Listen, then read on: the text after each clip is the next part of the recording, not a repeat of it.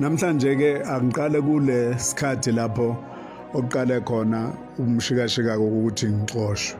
Sho ukuthi bengibambe uhlelo noma bengibambe lomunye umsakazi kolunye uhlelo oluphakathi nezinsuku. Ngithi mangiliqeda nje sengiyahamba ke ngithi ngisemotweni ngithola i-call eqhamuka ku-producer walolu hlelo ekade ngilwenza.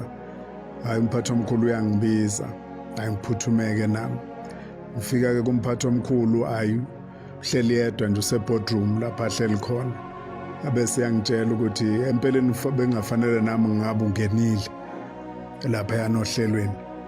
Ngoba manje sine pressure yabantu eninabo kuleli business lenu noma kule company yenu. Kathi ke ngizwe nje ususe emoyeni nakhona ngengacabanga ukuthi ngikhiphe emoyeni ngabe ngathi hayi awuthi ngikiyeke usaliqedela uhlelo. Ngoba uthe umuqala nje emoyeni lo munye walaba bantu okuyena kosibangela ke pressure kakhulu ukuthi khishwa emoyeni nokuthi nje uxoshwe. Nele wakuzwa nje wavele amabombo wabhekisa la emsakazweni samtshela ukuthi hayi kulungile uzokhuluma nami ngabe liphela uhlelo ukhona ke la emsakazweni. Kodwa ke engizokutshela kona manje ukuthi abesebeka incwadi la phambi kwami ukuthi incwadi yokumsuspenda leyo athi lapha esikhona ke manje ukusho ukuthi we will unschedule you. Ulimi ke lo lapha emsakazweni olusuke lisho ukuthi uyasuspendwa noma uyamiswa emsebenzini. Kusho ukuthi ke ngimiswa ngenxa ye pressure ekhozwa phakathi kwabanye yilo muntu athi ukhona la emsakazweni. Ngiyisayineke leyo letter abese ngitshela kumphathi omkhulu ukuthi hayi umtshelile ukuthi uzophinda ambize futhi. Ngempela ke bese yambiza amcele ukuthi akangena ingene lensizwa ngiyayazi nami futhi. Bese phendukela kuye ayayitshela ukuthi hayi sengimsuspendile ke. So ngeke usamuzwe emoyeni kodwa ke bese eyicela futhi lensizwa ukuthi ayichaze ukuthi kwenzekeni. Ayichazeke insizwa indaba ukuthi kwenzekeni abese buyela kumina ke abuze ukuthi ngizoyikhokhela nini lensizwa imali yayo. Khumbula ukuthi umphathi kahle kahle kulona udaba lokuspace sakhe lo akangena indawo kulolu daba kodwa ke phela ngoba umphathi kufanele ukuthi ngimphendule and ngenze commitment ke ukuthi ngizokwenza kanjani yipi indlela engizokwazi ukuthi ngihlele ngayo.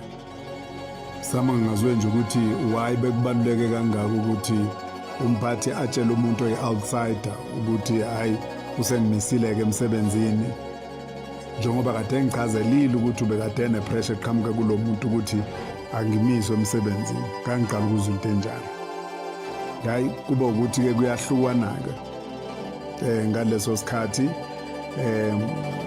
committee lokuthi hayi ngizokwenza luphi uhlelo nalensizwa. Hayi bese siyahamba ke siyahlukana.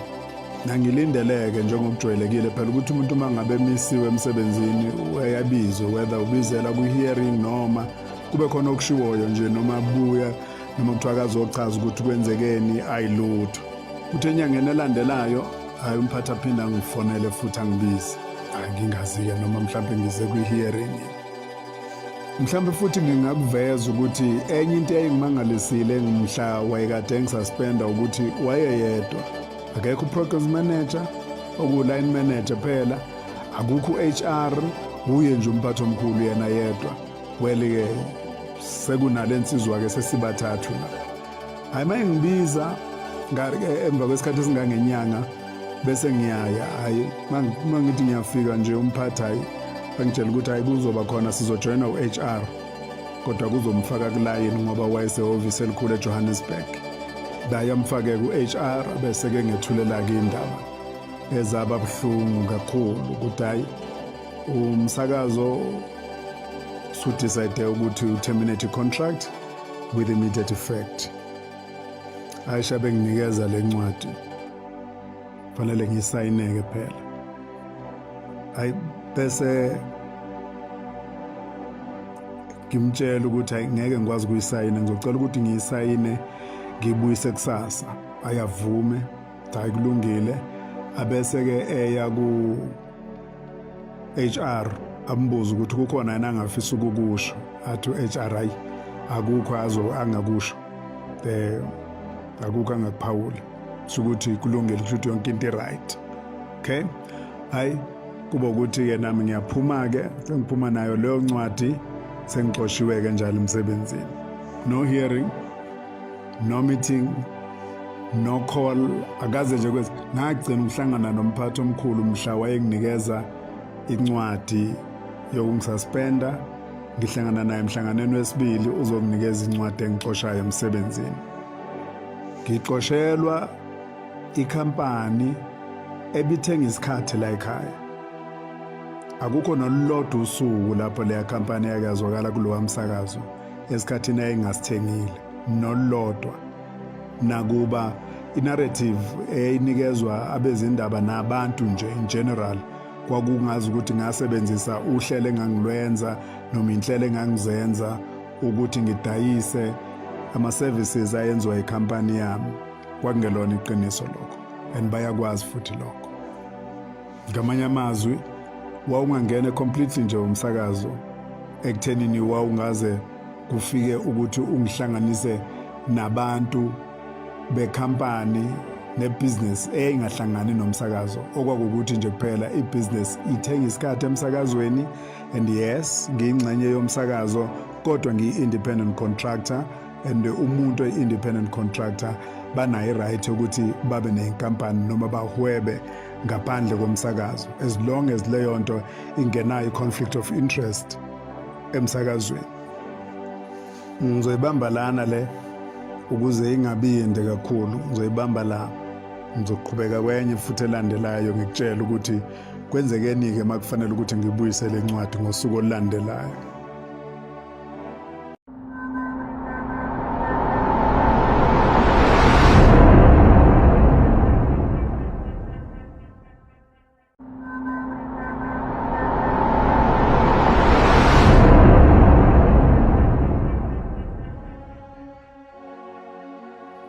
So-ke njengoba ngigcine ngihambe nencwadi ye-termination of my contract bekufanele ngiyibuyise ngosuku olulandelayo, ngithe ngingakayibuyisi kwasho ukuthi kuzo lezo nsuku ngangikade ngihlela ukuyokwenza uhambo nomntwana wakaphinda ngene. So kusho ukuthi kwakulokhu kuseyinhlelweni nje obviously ke because it's a high profile interview. Awuyenzi nje kuba ukuthi uyamema umuntu, kwakuba ukuthi progress manager uyazi and the entire team okuyena sasihlela nayo. Kuba ukuthi ke ihhovisi likamntwana lalizoconfirma ukuthi umntwana uzoba available nini. Ngizothola ikholi ke ngosuku olulandela usuku engixoshwe ngalo ukuthi ilete ngicabanga ukuthi liwu secretary noma uPA kamntwana kaphinda ngene confirming ukuthi umntwana uzobe khona ekhaya kwaphinda ngene. So ke selukhona usuku kwakuzoba nje kuzo lezo nsuku phuthume ngitshela u-acting program manager ukuthi hey nali office likamntwana seliconfirmile ukuthi umntwana uzobe khona kwaphinda ngene, so singakwazi ukuthi sifike sizokwenza le interview because kwakuzoba i-interview ke ngajwayelekile.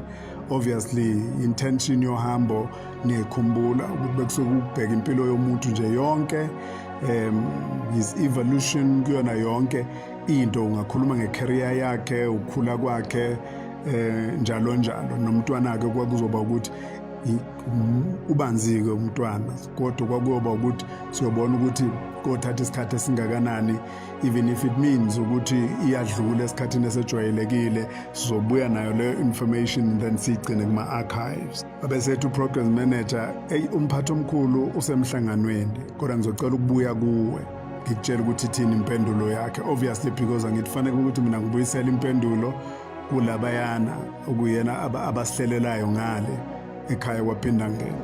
Angisekho-ke mina ngithi sengixoshiwe, so kufanele ngithole iseluleko kubaphathi ukuthi ubanike okuyena abazomjuba ukuthi ayokwenza leyo interview. So ingabuyileke impendulo yokuthi ngiyothini kulabo bahle esihlela nabo ngale, besihlela nabo ngale ofisini likamntwana.